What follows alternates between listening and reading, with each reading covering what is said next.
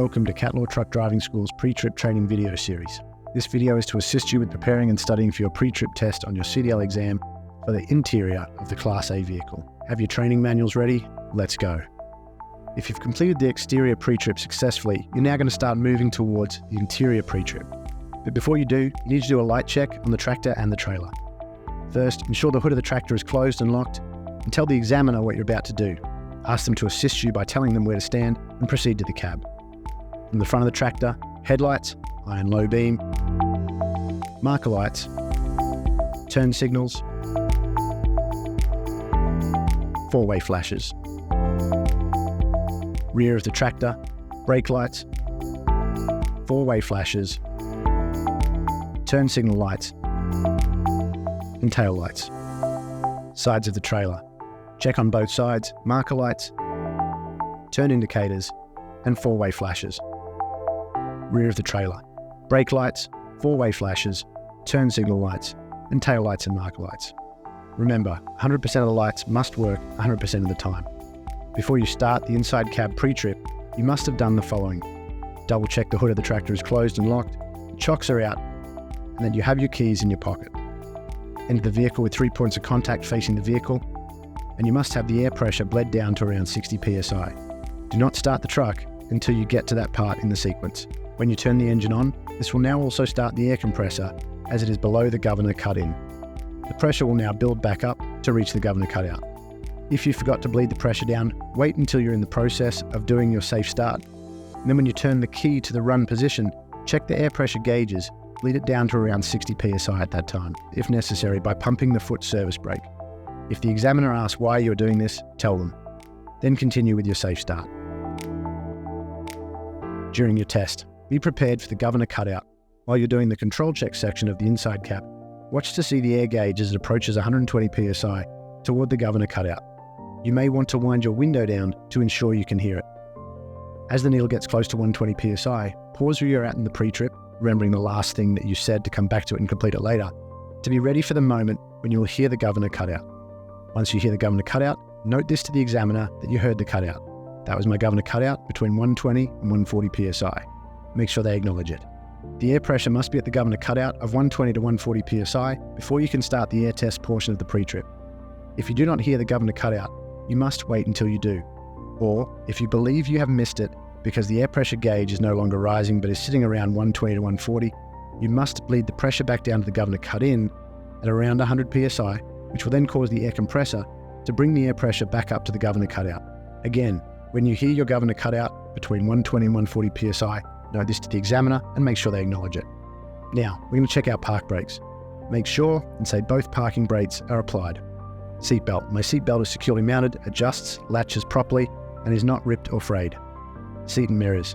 My seat and mirrors are adjusted for me. You show this to them by pushing the clutch to the floor and holding the steering wheel in your hands comfortably at the 9 o'clock and 3 o'clock position. The seat is securely mounted and bolted to the floor. My mirrors and brackets are securely mounted, no missing hardware. They are clean, not cracked or broken. Remember to point to all 6 of your mirrors, 2 convex, 2 flat, and 2 fender mirrors. Safety equipment. Say I have a 5-pound BC type fire extinguisher. It is securely mounted, has a safety pin in place, is up to date and fully charged. I have 3 red reflective triangles and 6 spare fuses in my toolbox. Safe start. Now, take your key out of your pocket and put it into the ignition. Press the clutch in, make sure the transmission is in neutral, turn the key to the run position, let the gauges and dash lights cycle. Many new trucks can have their computers damaged by cycling the ignition sequences too quickly. Mention that the ABS light is illuminated and then went out. Once the gauges and lights have gone still and most of the panel lights have turned off, approximately 5 to 10 seconds, start the engine and then release the clutch slowly. Remember to now listen for the governor cutout as you continue the pre-trip. Checking my controls.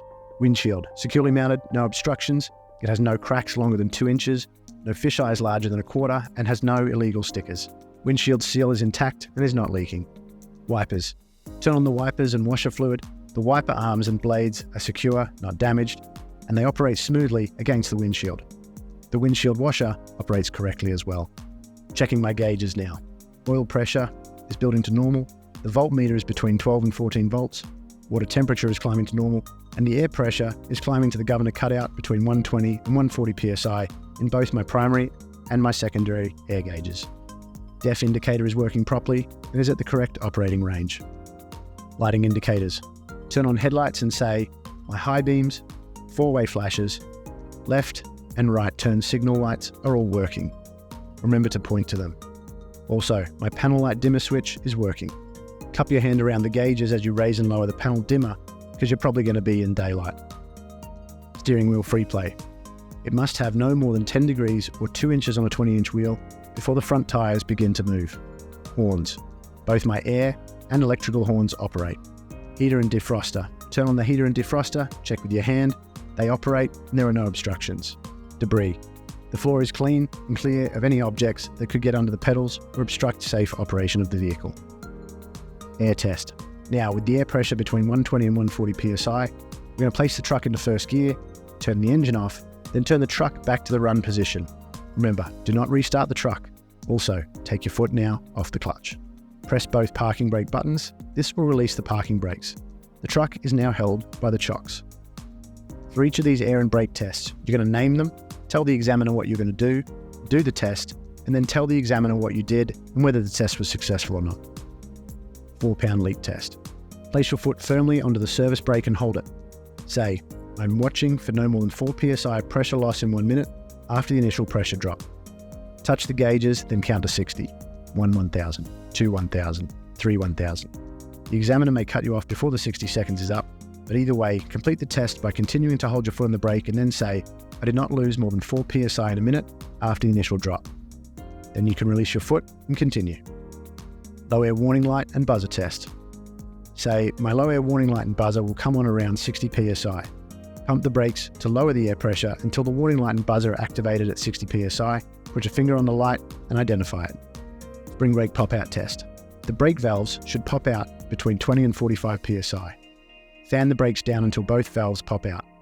Make sure you watch to see that both valves do come out. Never reach for or touch the valves during this step. When they have both popped out, note this to the examiner. Get out of the tractor, taking your keys with you, using 3 points of contact facing the vehicle. You're now going to unchock the wheels and get back in the truck safely, again using 3 points of contact. Bring the chocks with you and put your seatbelt back on. Rebuild the air pressure. Conduct a safe start. Place the truck in neutral, press the clutch in, start the truck, release the clutch slowly, build the air pressure into the governor cutout, noting it to the examiner, then place the truck back in first gear. Trailer brake tug test. Push the yellow tractor valve in and leave the trailer valve out. Ease off the clutch and gently pull forward to feel the resistance of the trailer brakes.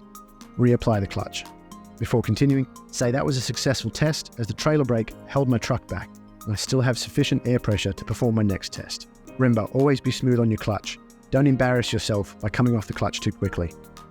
Tractor brake tug test. Leave the yellow tractor valve out, then push the red trailer valve in. Gently ease off the clutch in first gear to pull forward and feel the resistance of the tractor brakes. Reapply the clutch. Before continuing, say that was a successful test as the tractor brake held my truck back and I still have sufficient air pressure to perform my next test. Service brakes. Say, I will now pull forward at no more than 5 miles per hour. You push both valves in, gently ease off the clutch in first gear to pull the truck forward. Once rolling, gently apply the foot service brake and the clutch at the same time until the truck stops. Note to the examiner that the truck does not pull to the left or to the right and stop smoothly, which would indicate that there is no suspension, tyre problems, or brake problems. Complete the air test. Pull both brake valves out, place the truck back into neutral, and put both feet back on the floor. Then, if you're confident you have completed your pre-trip correctly, say, I have now completed my pre-trip inspection. If you make a mistake on the air test, note this to the examiner and ask for a restart. Build the air pressure back up to the governor cutout between 120 and 140 psi and start over from the beginning of the air test section. On the test day, you should have completed the above successfully, so you'll now be able to move to the yard skills or reversing part of your test. Congratulations.